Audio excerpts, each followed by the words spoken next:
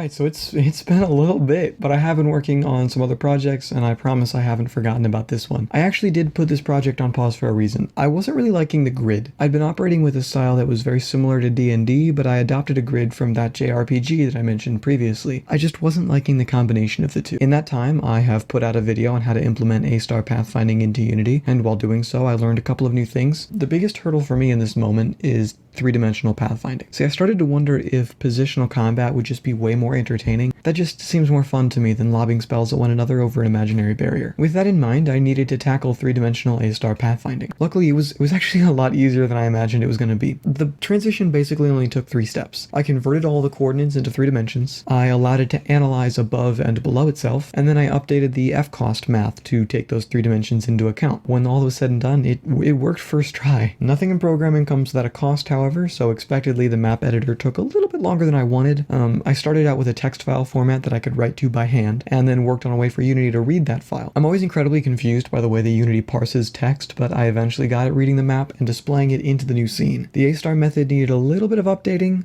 to play nice with the new map, but I eventually got that to work too. In the next week, I'm going to create a second tool which will actually function as a map editor, allowing me to easily write and save data into that map text file, and then I'd like to get started on reintegrating the new grid into the original balanced party project.